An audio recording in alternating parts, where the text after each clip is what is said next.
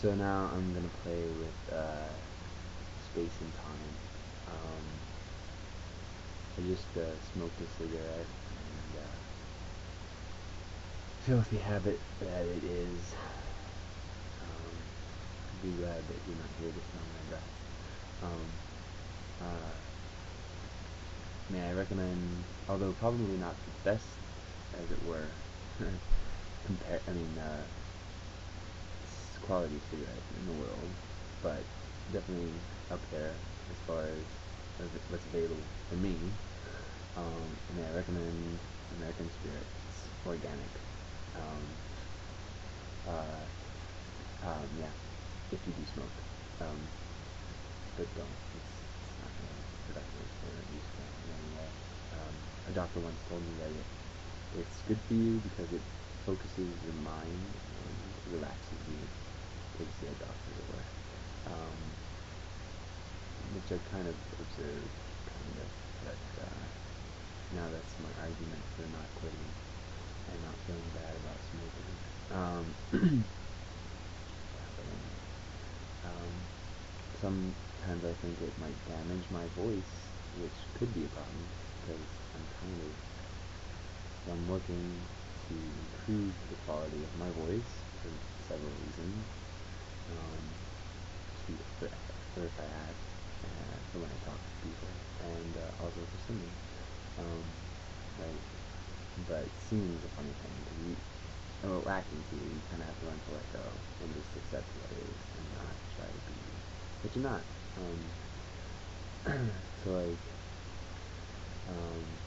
one song that always gets me is High and Dry by Radiohead because it's hard for me not to try to sound like Tom York is singing it because it automatically sort of his version, the recorded version from the album The Bends, kind of like gets into me and takes me over. But I've learned to let go. So before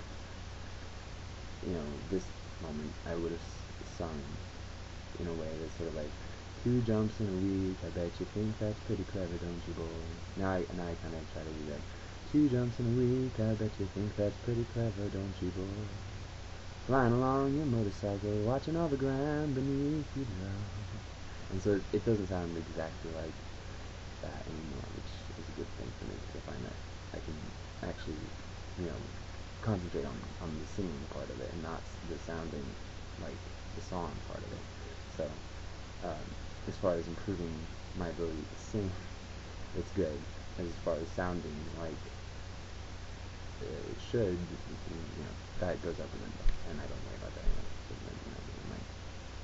So, a green plastic watering can, fake Chinese rubber plant, and fake plastic earth. And so that's obviously another song. But anyway, right. The point, time and space. I'm gonna try something now. A little something I picked up in the Orient. Though I've never really done that physically. Okay. So how to start? Okay. I'll use an idea to sort of exhibit this quality of time and space. So imagine that you're traveling through a tunnel, right? And you can't see anything but the walls of the tunnel. And the tunnel,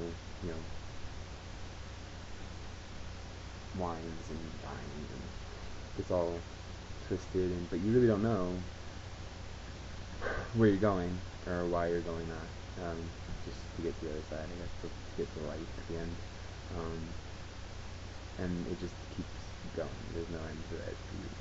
You find after about 10 minutes of entering the tunnel that you're still a tunnel. There's nothing but tunnel and more tunnel and more tunnel. And sometimes you can't even see what might be the end because of turns and curves in the tunnel, right? So, and what might be like 10 minutes of it, and eventually you lose track of time because you just eventually just focusing on the tunnel ending at some point and when the tunnel is going to end and how long ago did you start and even if you have a clock with you, eventually it just doesn't make sense anymore. you can't even remember when you entered at this point, and you start to like, and then you're following the tunnel, and so the walls and the tunnel, and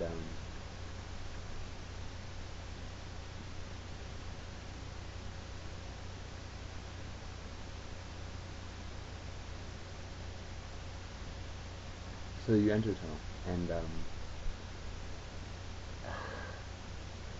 let's say, and all you see is the tunnel. There's nothing but walls in the tunnel. Okay, and that's all you can perceive. And you're looking to the end, and you can't get to the end because it doesn't come.